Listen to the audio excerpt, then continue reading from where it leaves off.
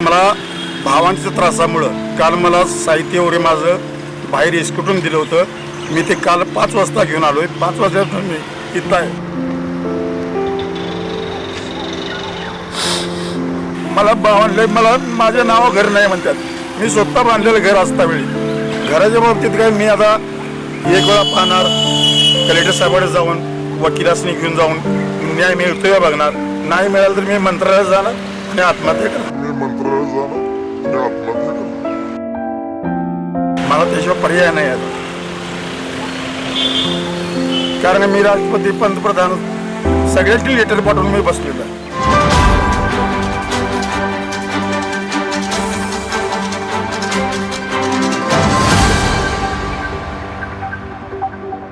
करवीर तालुक्यातील दिंडनेरली येथील नौदलात काम केलेल्या एका निवृत्त सैनिकाला रस्त्यावर संसार मांडण्याची वेळ आली आहे. कौटुंबिक वादातून होणाऱ्या त्रासातून आप्पासाहेब शेटे आणि त्यांच्या पत्नी सुनीता शेटे यांनी घरातील संसार घेऊन पंचगंगा नदी काठावरील गायकवाड पुतळ्याजवळ संसार मांडलाय. सोमवारपासून पंचगंगा नदी काठावरील गायकवाड पुतळ्याजवळ भर थंडीमध्ये हे दाम्पत्य राहत आहे. मला भावांच्या त्रासामुळं काल मला साहित्य वगैरे माझं बाहेर इस्कुटून दिलं होतं. मी ते काल 5 वाजता घेऊन आलोय. 5 वाजता मी इथं आहे. मला बांधले, मला माझ्या नावावर घर नाही म्हणतात. मी स्वतः बांधलेलं घर असता वेळी मला अतिशय माझ्या बायकोला न्याय मिळावा आणि माझ्या नावावरचं घर माझ्या बायकोच्या नावावर करण्यात यावं, एवढंच माझा विचार आहे. माझा दुसरा कुठलाही काय नाही. आप्पासाहेब शेटे सेवानिवृत्तीनंतर गावात आले. मालमत्तेवरून घरामध्ये वाद सुरू आहेत. सर्वच रेकॉर्डमधून माझे नाव वगळून मला माझ्या कुटुंबियांनी रस्त्यावर आणल्याचा त्यांचा दावा आहे. जे त्यात 2-3 महिने तेवढंच गोड बनून घेत ठेवतात, त्यानंतर त्रास द्यायला चालू करतात. अपराध हे पंचायतीने केलेले आहे. संपूर्ण फेरफार नंबर चुकीचं बनलेलं आहे. काय माझी आई जिवंत असून तिला राशन कार्डावर मृत्यू दाखविलेला आहे. मृत्यू म्हणजे तिला कंसात केलंय, पत्नी कंसात, आणि वडिलांनी जिवंत केलंय. 98ला वारल्यात, 2000ला जिवंत झाले कसे काय?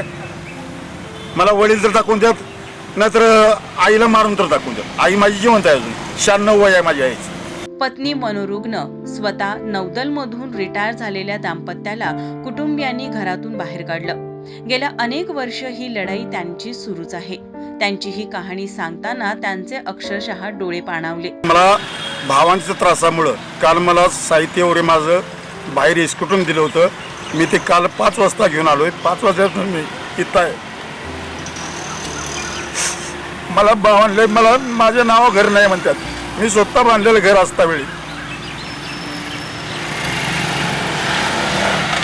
कोर्टाचा निकाल सुद्धा संपूर्ण माझ्यातर्फे आहे.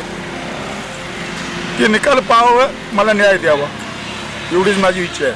आणि मी जे मरालोय किंवा काही करेल, उद्या मी मरीन काही होईल, माझी बायको रस्त्यावर जाता कामा नये. ते कुणाची जेवणासाठी हात पसरला जाणार नाही. मी एक नौदलातील सैनिक आहे.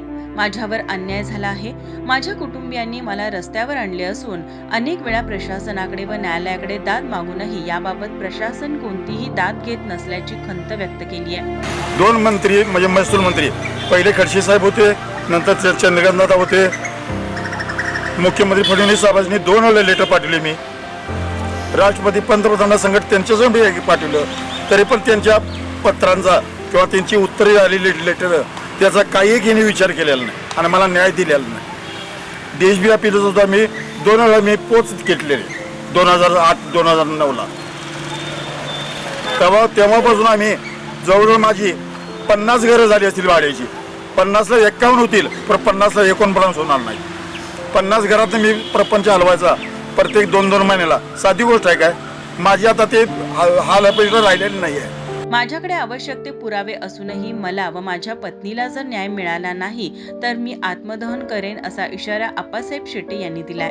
घराच्या बाबतीत काय मी आता एक वेळा पाहणार, कलेक्टर साहेबांकडे जाऊन वकिलासनी घेऊन जाऊन न्याय मिळतोय बघणार. नाही मिळालं तर मी मंत्रालयात जाणार आणि आत्महत्या करणार. मला त्याशिवाय पर्याय नाही आहे. कारण मी राष्ट्रपती, पंतप्रधान सगळ्याची लेटर पाठवून मी बसलेलो आहे.